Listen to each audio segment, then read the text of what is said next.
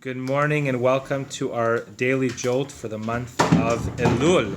Today is Rosh Chodesh, the new month of the month of Elul.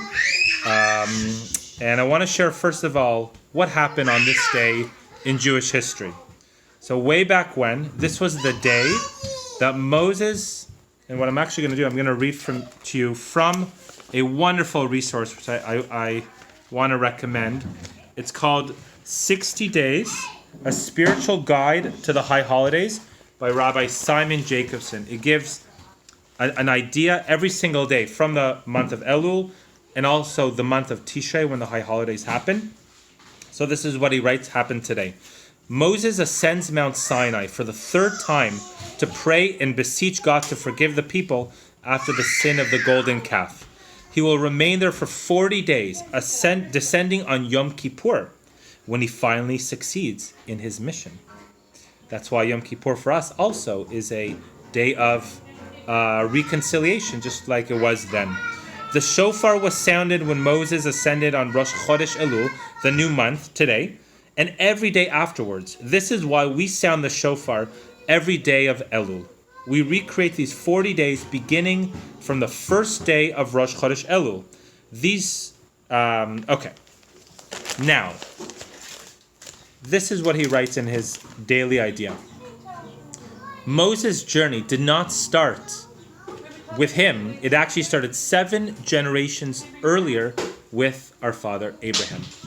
In the book of Genesis, God speaks to Abraham and says, "Go from your land, your birthplace, the home of your parents, to the land that I will show you." But oddly, God does not tell Abraham a destination. Okay, but here, God tells him to leave his land, his birthplace, his parents, and he just tells him what to leave behind without telling him where he needs to go.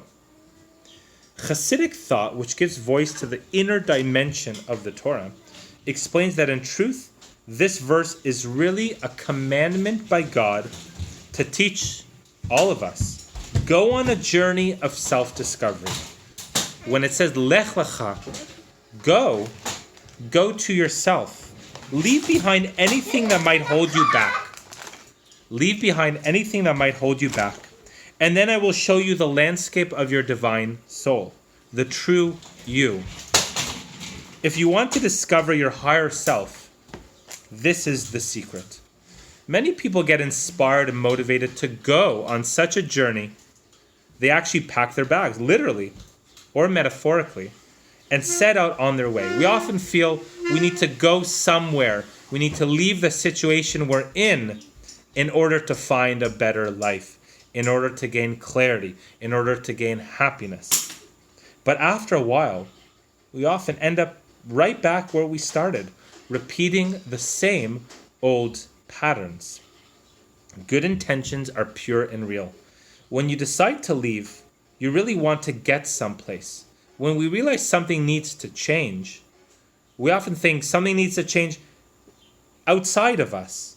And we really sincerely know that something needs to change. But we have many things weighing us down. So many golden idols, golden calves. So the key to meaningful change is not so much knowing how to get to a new place.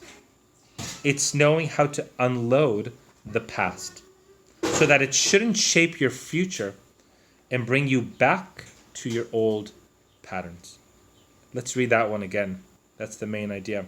The key to meaningful change is not so much knowing how to get to a new place. It's knowing how to unload the past so that it shouldn't shape your future and bring you back to your old patterns. We intrinsically know what's right. We intrinsically know what's good.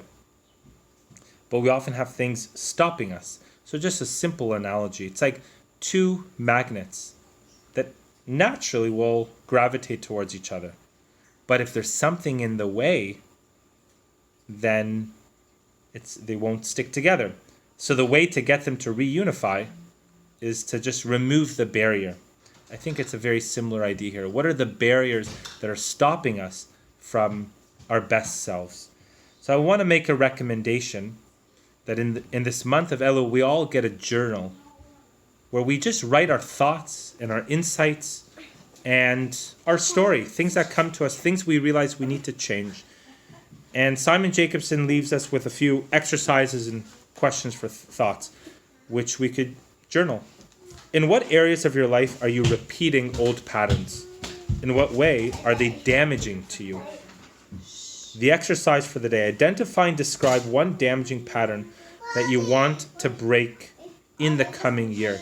This is the perfect time to start reflecting on what do I need to let go. And it might not come at you immediately, but if you have a journal, get a nice pencil, nice pen that you like to write with, that flows nicely, that makes you feel good, to sit with your journal and think, where have I not been my best self this year? List one thing you must do in order to break that pattern. So I wish you a successful month. Let's have a lot of clarity.